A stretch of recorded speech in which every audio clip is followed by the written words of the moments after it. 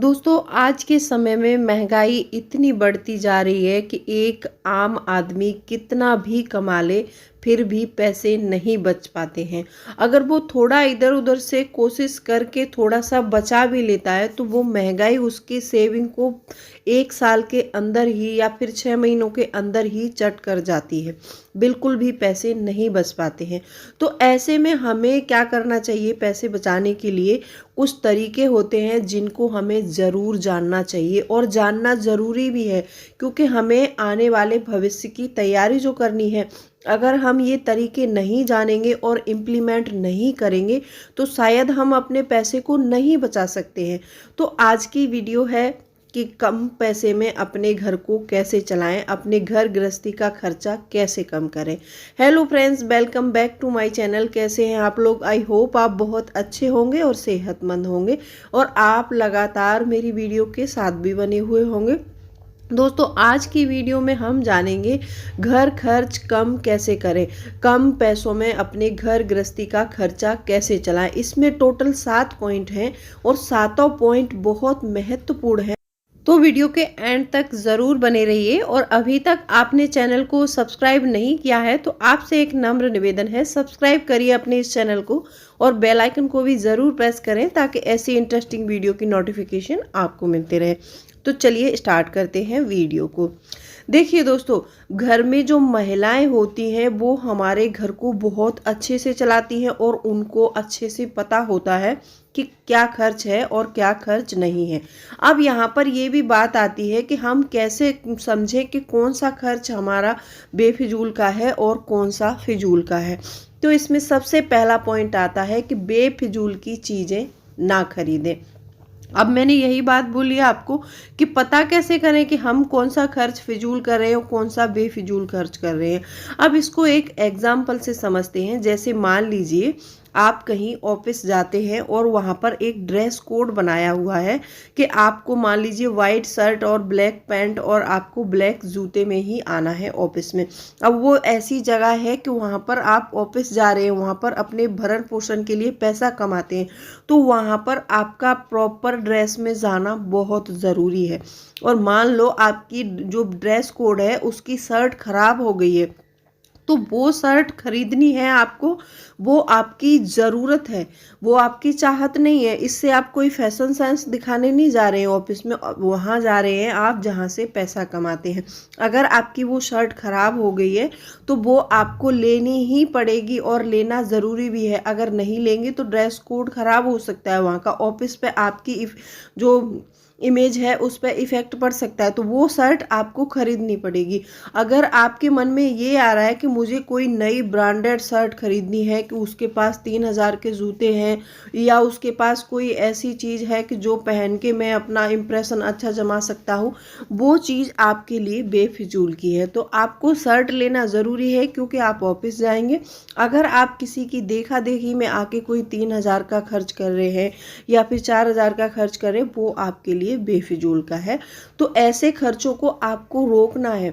अगर आप ऐसे खर्चों को रोक पाएंगे और इन खर्चों पे लगाम लगा पाएंगे तभी आप जो है करोड़पति या फिर लखपति बनने की श्रेणी में जा सकते हैं। दूसरा पॉइंट है महीने का बजट बनाएं। ये पॉइंट शायद मैं हर वीडियो में देती हूँ क्योंकि हर इंसान को चाहे जितना भी कमाए, वो चाहे 50,000 कमाए चाहे 1,00,000 कमाए, उसको अपना बजट ज़रूर बनाना चाहिए।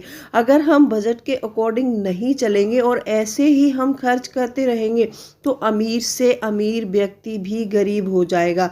आपने एक महान फुटबॉलर खिलाड़ी जॉर्ज बुश को देखा होगा, वो बहुत ही कम उम्र में करोड़पति बन गए थे, लेकिन उनकी ज़्यादा खर्च करने वाली आदतों ने उनको बहुत जल्दी बैंकरप्ट कर दिया था। तो इसी से हमें समझना होगा कि कितना भी कमाए, चाहे हम हमारी जो अर्निंग करोड़ों की हो, अगर हम बेफिजूल खर्च और बिना मतलब बजटिंग के चलते हैं तो हम बहुत जल्दी गरीब हो सकते हैं। तो हम जितना भी कमाते हैं उसमें अपना बजट हमें ज़रूर बनाना चाहिए। नंबर 3 आता है कि पहले बचाएं फिर खर्च करें। अब यहाँ पर ये बात आ रही है कि पहले बचाएं फिर खर्च करें। अब इसमें क्या होता है, जैसे मान लीजिए आपको कोई 15,000 की चीज़ खरीदनी है और आप उसके लिए हर महीने एक पर्टिकुलर अमाउंट बचाइए।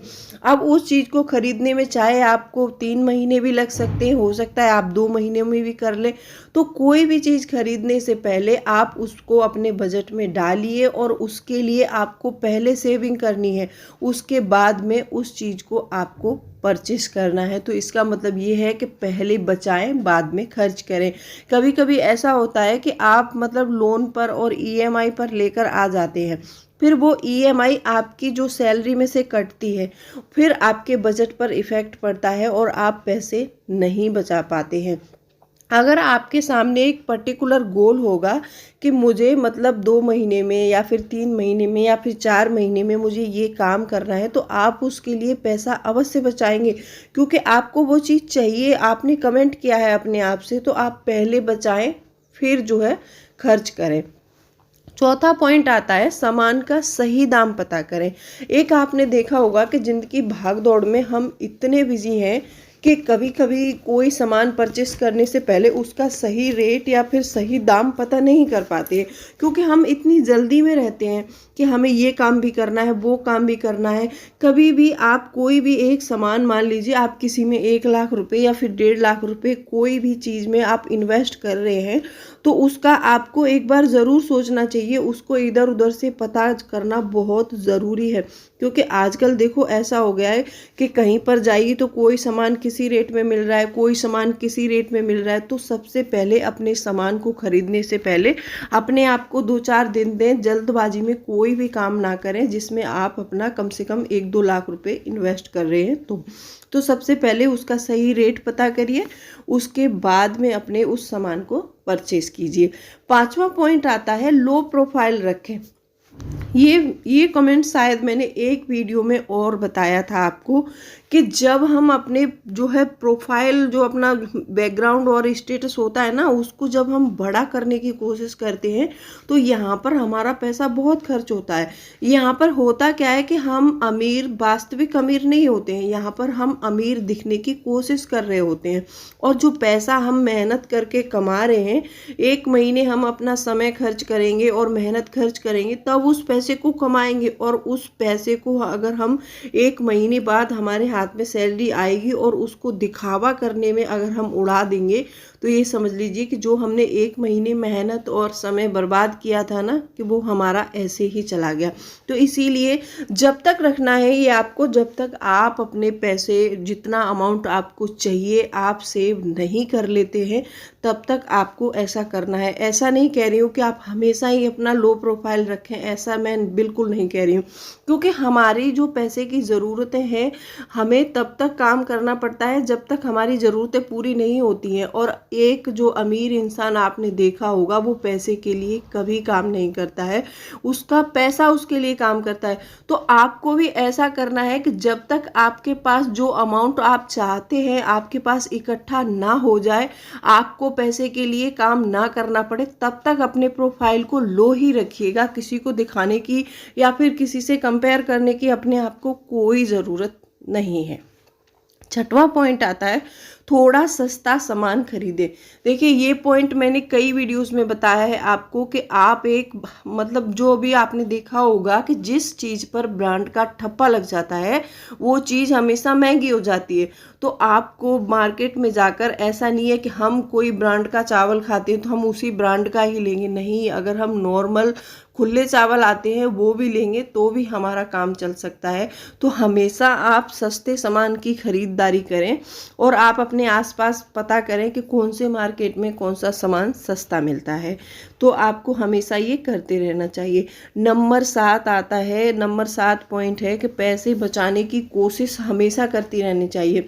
आपको हमेशा अपने पैसे को बचाने की कोशिश करती रहनी है।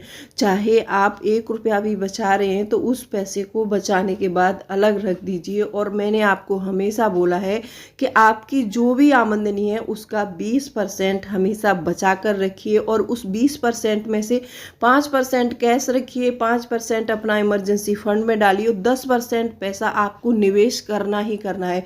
निवेश हमारा वो पेड़ होता है जिसको हम थोड़ा थोड़ा करके लगाते हैं और बाद में इसके फल हम सब खाते हैं। तो कैसी लगी वीडियो कमेंट करके ज़रूर बताना। चलिए मिलती हूँ अगले वीडियो में, तब तक के लिए bye bye, thanks for watching.